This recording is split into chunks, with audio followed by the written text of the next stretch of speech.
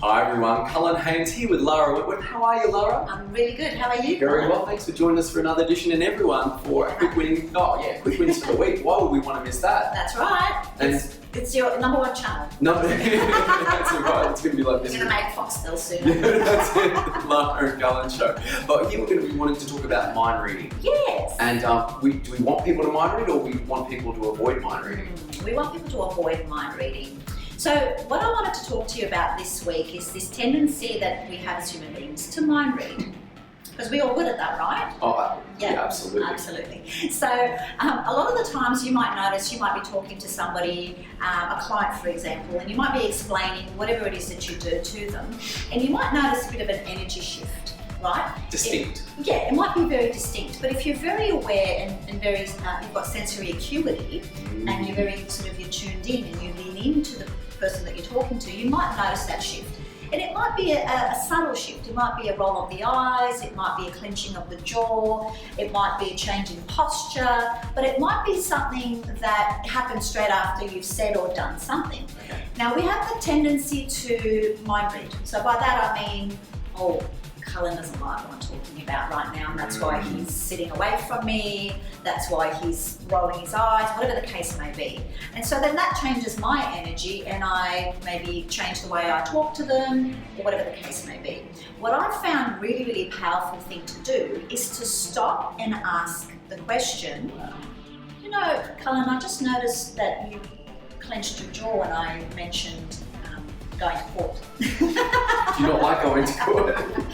What just happened? What's going on? And 9 times out of 10, because I'm getting a little bit good at mind reading, but 9 times out of 10, the answer has nothing to do with what I thought was going on for that person. Isn't that amazing? It's amazing.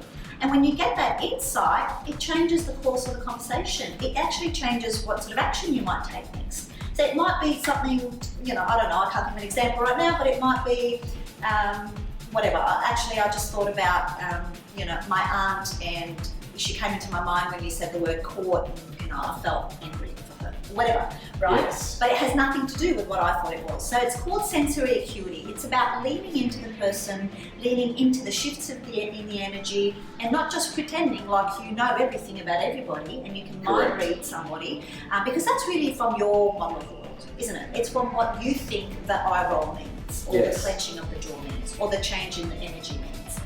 That's not always what everybody else. That's your perception. That's your perception. That's your model of the world. It's your, your colour glasses. How interesting it would be, and try this next time you notice a shift. Ask the question: What just happened?